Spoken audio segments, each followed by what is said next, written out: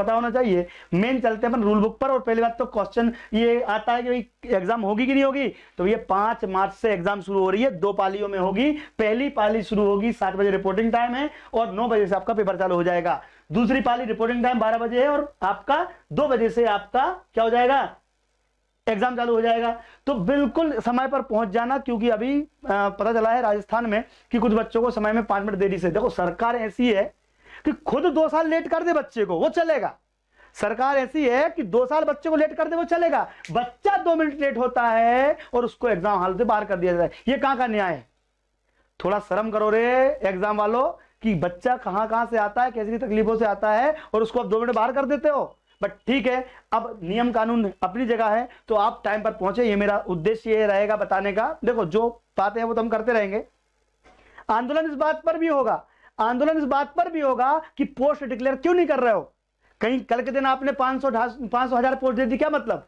हम मांग कर रहे हैं 20,000 प्राइमरी स्कूल शिक्षा विभाग के लिए और 10,000 जनजाति के लिए, टोटल 30,000। कितनी बेटा? कमेंट बॉक्स में लिखो। 30,000 पोस्ट के लिए हम मांग करेंगे। इसके लिए भी हम वापस से आंदोलन करना पड़े तो करेंगे, अगर आप साथ दोगे तो। बात करते हैं बेटा कि टाइमिंग पर आप पहुंच जाओ, कोई दिक्कत वाली बात नहीं है। बात इतनी सी है कि विषय वस्तु की बात करें तो यहां पर मेन चीज, आपको कुछ कुछ चीजें बता देता हूं क्योंकि पूरी 22 पीडीएफ, अच्छा पीडीएफ जिसको चाहिए टेलीग्राम ग्रुप डिस्क्रिप्शन बॉक्स में दिया हुआ है, उस टेलीग्राम ग्रुप को ज्वाइन कर लो, या फिर दिनेश ठाकुर अनअकैडमी टेलीग्राम पे क्या सर्च करोगे, दिनेश ठाकुर अनअकैडमी, वहां पर ये पीडीएफ तो पहुंचा दूंगा।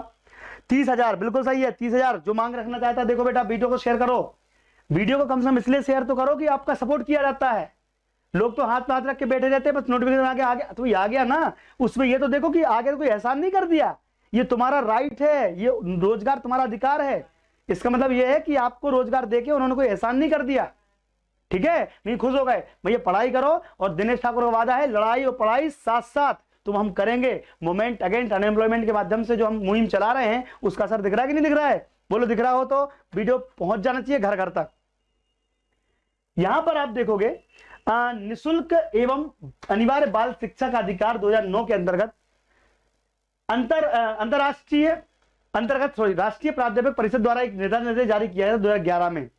उसके अनुसार पात्रता परीक्षा का आयोजन किया जाना है। अब आपको लग रहा हो सर इससे हमारा क्या लेना देना? भैया तुम्हारा कोई लेना देना नहीं है। कहने का मतलब यह है कि अब जब प्राथमिक शिक्षा फ्री है ना बच्चों के लिए, उस समय तो कितना था 2009 में, कितना था 6 से 14 वर्ष, तो इसमें उन्हीं के लिए किया जा रहा है। अभी नई एन शिक्षा नीति लागू हो गई है, बट मामा जी तो कह रहे थे कि भैया हम नई शिक्षा नीति लागू हम कर चुके हैं, सबसे पहला राज्य होगा तो इसमें कम से कम करवा देते तो दिक्कत क्या थी, बच्चे को 18 बोल देते। लेकिन हाँ, ये जो भर्ती होने वाली है मध्य प्रदेश शासन स्कूल शिक्षा विभाग के आदेश क्रमांक जो जारी किया गया था 2018 में, जो जारी किया था 18 में, उसी के तरीके से होगी। यानी कि नियम पुस्तिका में बदलाव, नए रूल्स लागू जो बदलाव हैं, बस वो इतना ही है कि आपके जनजाति विभाग के पद ऐड कर दिए जाएंगे। बाकी आपके मन में दिमाग में आ रहा होगा सर कि कुछ नया कुछ अमेंडमेंट किया है, तो शैक्षणिक योग्यता में कोई बदलाव नहीं है।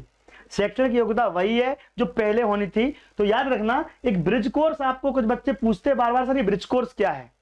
ये ब्रिज कोर्स बहुत जरूरी है क्योंकि एनआईएस डीलेट वाले बच्चे जो हैं वो बार बार परेशान हो रहे थे। पर मत फोन लगाया करो यार, मैं वीडियो इसलिए बनाता हूं कि वीडियो पूरा थोड़ा दिमाग से ध्यान से देख लिया करो। रूल बुक पढ़ लोगे तो मुझे फोन लगाने की जरूरत नहीं पड़ेगी, लेकिन मैं जानता हूं कि आप लोग मुझ पर ट्रस्ट करते हो तो मैं आपको सारी जानकारी देता हूं, ध्यान से समझना क्या है, ठीक है? पर वीडियो शेयर कर देना बेटा, ध्यान रखना है ना, क्योंकि इतनी मेहनत से अगर वीडियो बनता है तो आपकी जिम्मेदारी है कि बच्चों तक पहुंचाएं, ठीक है? चलिए देखिए, शैक्षणिक परीक्षा केंद्र तो अभी कब आएंगे, ये मान चलो कि भोपाल जो निर्धारित करेगा तो 15-20 दिन पहले पता चलेंगे शिक्षक क्या क्या हो सकते हैं, और एडमिट कार्ड 8 दिन पहले आएंगे।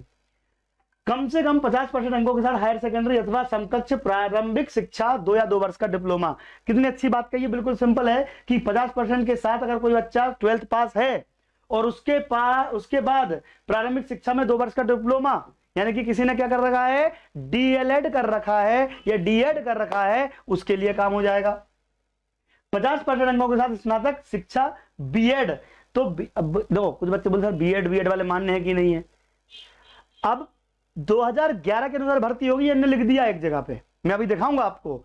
फिर भी बच्चे संशय में हैं कि बीएड वाले मान्य होंगे कि नहीं, तो जब इसमें लिखा है कि स्नातक तथा यानी कि ग्रेजुएट और बीएड जिसने राष्ट्रीय अध्यापक शिक्षा परिषद द्वारा मान्यता प्राप्त संस्थान से स्नातक उपाधि प्राप्त की है उस पर कक्षा 1 से 5 तक पढ़ाने के लिए अध्यापक रूप में नियुक्त विचार किया जाएगा। विचार किया जाएगा का मतलब यह है कि लेंगे कि नहीं लेंगे ये लास्ट में तय करेंगे। लेकिन एक खास बात है यहां पर जो अगली लाइन में लिखी हुई है कि किंतु इस प्रकार अध्यापक के रूप में नियुक्त व्यक्ति को प्राथमिक शिक्षक के रूप में नियुक्त होने के बाद 2 वर्ष के भीतर मान्यता प्राप्त प्राथमिक शिक्षा 6 महीने हेतु एक सेतु पाठ्यक्रम, कई बच्चों को नहीं पता है इस बात को, वीडियो को जरूर फैला देना, सेतु पाठ्यक्रम करवाया जा रहा है डीएलएड के माध्यम से, जिसको ब्रिज कोर्स कहते हैं, वो करना आवश्यक होगा। देखो पटवारी में जैसे TPTT नहीं मांगते लेकिन 2 साल का समय देते हैं, तो अगर बच्चा बीएड किया हुआ बच्चा है, ध्यान समझना मैं क्या समझा रहा हूं, बीएड किया हुआ बच्चा है, अगर वो चाहता है कि वो पढ़ाए प्राइमरी स्कूल में तो यार तो उसके लिए छोटी डिग्री हो जाएगी। अब कई बार को लगता है कि हम डिग्री हमारी बड़ी, यार देखो छोटे बच्चों को पढ़ाना आसान नहीं होता, बड़े बच्चों को तुम पढ़ा लो समझ में आता है, क्योंकि वो समझते चीजों को मेंटेन मतलब छोटे बच्चों को पढ़ाना इतना मुश्किल है, छोड़ दे 2 मिनट में आप परेशान हो जाओगे, वो बहुत तंग करते हैं। तो उसके लिए क्या होता है कि उसका पाठ्यक्रम थोड़ा अलग होता है, इसके लिए एक सेतु पाठ्यक्रम 6 महीने का कोर्स है, NIOS डीएलएड करवा रहा है, फिर से बता दूं मैं आपको, NIOS डीएलएड करवा रहा है ब्रिज कोर्स, जो बच्चा ब्रिज कोर्स कर लेगा वो मान्य हो जाएगा, यानी 2 साल के अंदर, तो 6 महीने का है।